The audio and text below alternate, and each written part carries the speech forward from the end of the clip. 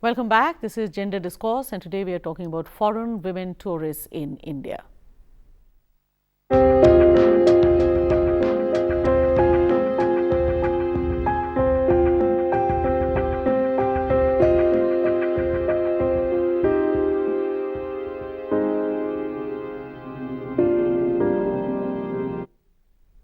Well, folks, our lines are still open and you can call us. Our numbers are 1800115314 and 23035420.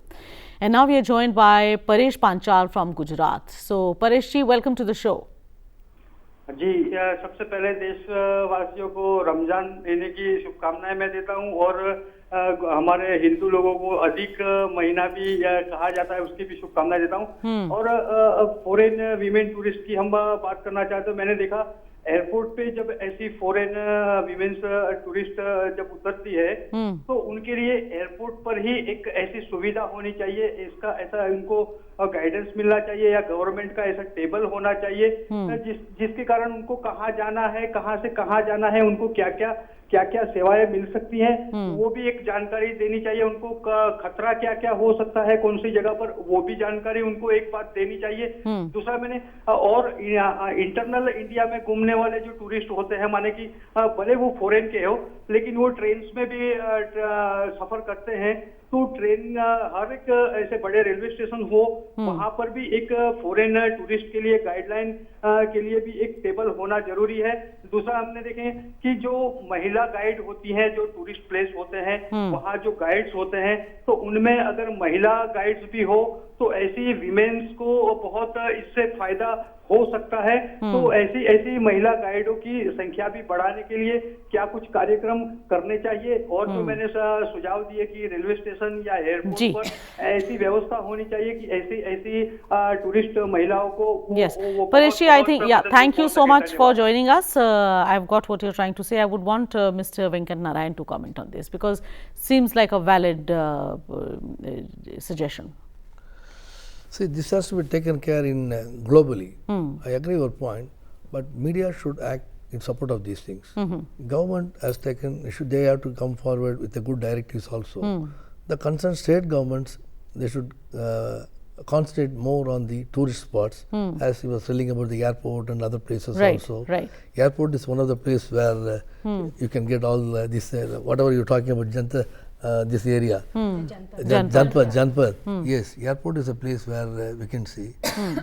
Especially the airports with the tourist destinations like Leh, Ladakh or Goa. These all things has to be taken care. But for this, the mass media, government, as she was telling about the right from the children level, the classes to be inculcated. So I think this will go in, again it is not one day. Yes. It will not be clear in one day. Yes. It will go for a It will take time. More agencies should come. More agencies should come the forward. whole new tourist policies also Yes. Travel policy is very, very The important. tourist police that the government is talking about See, and the very frankly, guidelines, in advisories. India, most of the tourist spots are untapped. Why the people are not coming? We have a better culture here, better tourist spots in India, like deserts, hills, or beaches. Everywhere is available in India. People say when they go to US is big. Nothing. We have everything here. We have everything, as Everything. I said initially. We are not projecting it properly. Correct. We are not projecting it properly. How to project it? But as I told you earlier, safety is again the important. Safety, That's right. But the Union Minister of Culture and Tourism has very categorically said that safety and security of all tourists, especially women, will remain the top priority of the government, and it does.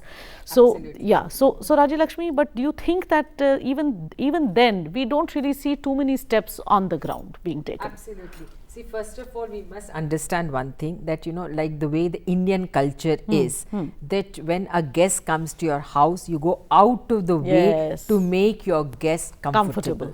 You give the best of food, you have your best of attitude, and you try to make them comfortable. That's our culture. If you go by that culture, that has to apply to the foreign tourist also.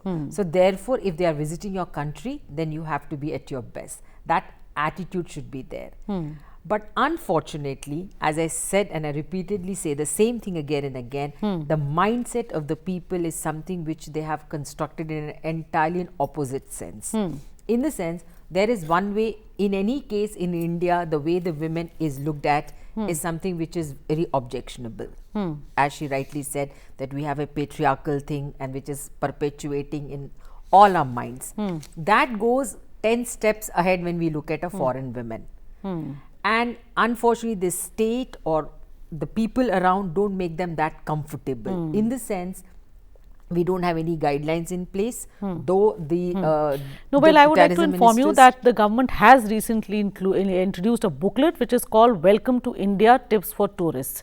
Now, this is handed over apparently to every tourist at immigration counters at India's major airports. Now, this is the booklet that will inform the tourists about advising on clothing, some parts of India, and also particularly in some parts of India and the smaller towns and villages too. But yes, I really don't know how much this has been advertised. As he said, that the media probably has to play a role here. They have to play a role because you're saying that this is a guideline for the tourist who is coming to India. But what about the people who are going to receive? Yes. Rajlakshmi is talking that Are there guidelines for them? That's right. Well, we have a viewer. Let's see what she has to say. She is Ayushi from Lucknow. Ayushi, can you hear me? Yeah, I'm there. So the question is saying that media plays a great role here. For example, if you're even talking about guidelines regarding dress up, for example, Hina Rabbani Khan, when she visited here, she was quite modestly dressed up, but still unke attire pe hi most of the media was focused rather than the issue that she was addressing. So basically, media itself plays a great role in objectifying women in India and like exotifying them if they're from some foreign land. So shouldn't media hold some responsibility itself? Right. Well, first let me get Monica's view on this. Monica, what do you have to say? Thank you, Ayushi. And I think in the break time we were discussing with Rajlakshmi ma'am, and this was what the media and the most of the movies shows, that the foreigner women are a woman of a very easy virtues, and they can be they are just an object. And that mindset needs to be, as you said, that the government has made a guidelines for the foreigners to follow, how to, what to wear. And first of all, it should be told to people how you look at them. हम अपने क्या अतिथि उनको कह रहे हैं जो जिनको हम जानते हैं, but अतिथि तो वो भी है जिनको हम नहीं भी जानते हैं. So those foreigners who come to India, अतिथि is everybody. So the code of conduct of how to behave, and that more of the documentary, and I think the brand ambassadors should be associated more often with this, propagating it and educating people about it. Unless, as she's rightly saying, that you have to educate people about it, more and more propagation, more and more awareness. In spite of so many media campaigns being run. Yes, caller was exactly right, that how you objectify a woman, that's the basic concern, that how you objectify the woman, and that creates a perception in youth and the mindset of the country. So that's the issue I think we have to focus also, that whenever this kind of objectification of a woman, especially of the different skins, different culture happens, then how we are going to raise? We have to raise that and come out openly that this is not done. This is not done, because this is not only hampering a woman image, but also the country's image, that okay, we as an Indian media, Indian cinema, we are looking the foreigners like this, and this is this has a deep problem, because finally it can be for entertainment, it can be for a joke, but finally it that's make the mindset of the younger generation specifically. And at the same time, the whole guidelines things, definitely every country issue a guidelines that how we are going to go and do's and don'ts of the countries. Guidelines are there, but what I'm saying is that, you know, recently I visited Humayun Tomb, the historical monument, and I did realize that, you know, when the group of women were harassed by the local people, they didn't know what to do and you know, where to approach and whom to approach, where to go, what to do, whom to approach. That kind of guidelines are not there. It's not there, because you go to historical monuments, you don't have anything do's and don'ts, or you don't have a common helpline number, even if helpline number is there. Because I was, or maybe a booth where they can go to where and they really can talk go about to, because they don't carry that. Huge investment has to be done from the government side. It should not be a franchise, outsourced services. It should be directly in the hand of the government. It should be directly connected with the local and specifically at the spots which are famous tourist spots. They have to have some kind of do's we all and are don'ts. sitting here in capital, and all of us have seen what happens in the Janpat. Absolutely. Janpat is not an isolated place. Absolutely. It's a place where everybody goes. We are going be continuing with this discussion as it's getting pretty interesting now. Everybody has a point of view. Well, folks, time for us to slip into one more break here in the program, but we are coming back very quickly. You come back too, and do call us if you still have something to say. The numbers are on your screen, which are 1800115314 and 23035420. So we'll all see you in a bit.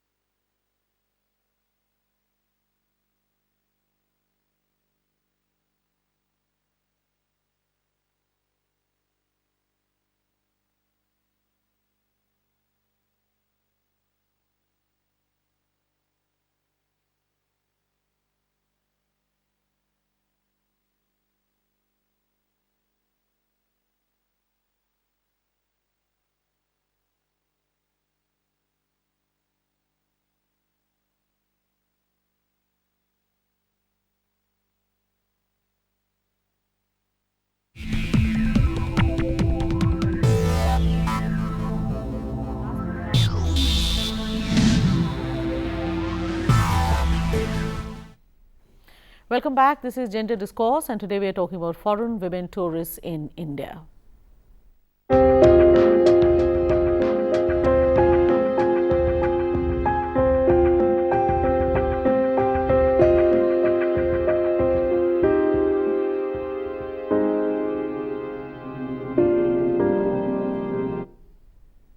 Well, we are joined by Santosh from Karnataka. So, Santosh, are you there with me? हाँ madam, hello, नमस्ते madam जी, नमस्कार, कहिए. हाँ madam, I'm Santosh Kulkarni calling from Bidar, Karnataka. Okay, my question is that you are discussing on a very vital issue of women's safety. So we have foreign tourists and along with the domestic tourists. So what are the steps taken by the state government with regards to their tourist safety, especially of women? Because center cannot do all the things at all the time, madam. Absolutely. States have their role, okay? So states should, whether states are doing their bit or all of them are only, giving responsibility to the center only. Right, this absolutely. Is my question, I agree with you. Thank you so much. So, I think in that regard, probably the center has asked the state to have some kind of tourist police. No, I really don't know how workable this is really on the ground. Rajalakshmi, do you want to say anything on that? I don't know, because recently I spoke to someone who were talking about this helpline number, and we did try, talking to this. I mean, like, we called the helpline number and we realized that the helpline number immediately direct to some other agency. Now, my point is that, even if first of all, we don't get foreign tourists who speak English. All don't speak English. Not all of them speak English. So there are different languages spoken. So we should have, I mean, a lot of investment should go into developing a sort of setup where we have people speaking, trained people who speak different languages and who can cater to people who come from outside. The language barrier is broken, that kind of a thing. The other thing is also that, even if one is calling for the first time, or the kind of mobile phones which they use, because all mobile phones are not friendly that way. so the kind of mobile phone which you're using, all these things have to be advertised and they all have to be put in place. That is one.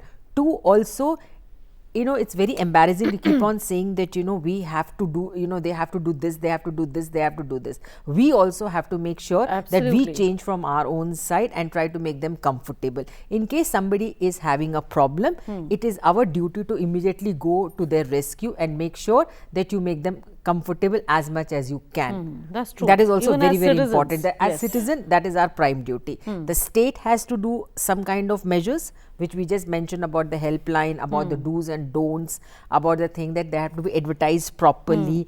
And this helpline also has to be, advertised properly. Their culture has to be understood. We need to tell what our culture is, and all these things have to be done very systematically. And it, of course, it won't happen in one day, but then it will take a long time. India is very rich. Yes. Culturally, it is very rich. It has got so many shades. We keep talking And we about have so shades much of to India, offer. so We much are to truly offer. incredible India. And we have so much to offer, and that thing has to be done in a very systematic and in a nice manner, which can be received properly and enjoyed properly. That's right. Yes, Mr. Venkat Narayan, what would you say? Because that fellow said the center cannot really do everything. I'll just come back because I'm a friend from Karnataka. What he was talking about, what state government's participation. Yes. Yes, central government gives a good projects. They spend money. Some of the state government, they have the control with the auto taxis also. They put the number. Yes. The number they can immediately call. And some of the guidelines which they have given, whenever you are taking an auto, or I'm talking about any tourist, not only domestic or foreign tourist. Whenever you take any auto or a taxi, you just have a photo of click the number, nameplate. Yes. Then immediately sent by WhatsApp to somebody. Yes. Nowadays things are happening. Correct. So that even Because you should be able to use technology to your benefit as well. If there is a change, if there is any problem during the journey also, if your mobile is, somebody is taking the mobile or something, the photo which you already sent it will save you. Correct. See, some of the states are doing. I think the same Karnataka, they are following this. So that's one thing. Number two, as she was telling, the helpline has to be answered. Correct. Has to be answered properly. That should be a separate agency. Like a lot of boards are there, like they can create a tourism board in different parts of India. And funds are huge funds we have. And we are getting a huge foreign currency. Tourism is a very big sector, business sector. Oh, yes. Yeah. So the percentage easily can go to another 10% in 2-3 years' time. Unless you take care of these kind of security measures, like travel in auto, mainly auto. Yes. Or something auto. Commonly, once that's the mode of transport. any auto sees the white color people, the 100 rupees means they'll charge 500. 500. That is Yes. And they will take it to the wrong place. Yes. Other Which is one even The worse. same- Only autos, taxis. Taxis also. I'm just telling them more. See, The shopkeepers will one do more this. thing. Suppose if they are picking up a passenger from one place, that guy must be asking within 50 feet or 100 feet in address. Yes. He will take unnecessarily 5 kilometers, get the money. So That's this right. So these things have to be stopped actually yes, completely. this spoils the name of the country. Yeah, actually. Now, Monica, we all know that India is a very, very hot tourist destination, and also these are times when we are talking about medical tourism also on the other side, and we are getting so many tourists. So we have to realize the kind of money that is coming in, the foreign currency that's coming into the country, but we've got to get our act together. So don't you think that the government also probably needs to tighten up this whole issue properly? I fully agree. If you see, this is the biggest now the industry that is coming up, and I think the present government is emphasizing also a lot on this. But if you go to a city like Varanasi, where you have the maximum tourist coming, and if you see the status of the city, the station or the airport, it is not, the infrastructure is not up to the mark. My idea is like the question that the person asked, like the states, all the states, the Kerala is talking about come and visit the beautiful Kerala, or come and visit the Rajasthan. At the same time, they should also, since the security is such a big an issue in eyes of everybody, whether it is we going to some other place or they are coming to our place, they should say that these are the numbers, contact us, we are safe, these are the certain measures we have been taking. Of late, we have the night policing also been done, and the phone calls should be user friendly. Absolutely. Like once they do, press this number 1, 2 for the English, 3 for the German. You should actually try to address the problem. At the same time, they'll be get cheated. And well, the mindset, I yes. really wish we had more time on this, but yes, this is an important issue and I'm glad that we all discussed it today. So I'd like to thank you, all of you, for coming today and for talking about this. Thank you so very much. Thank you.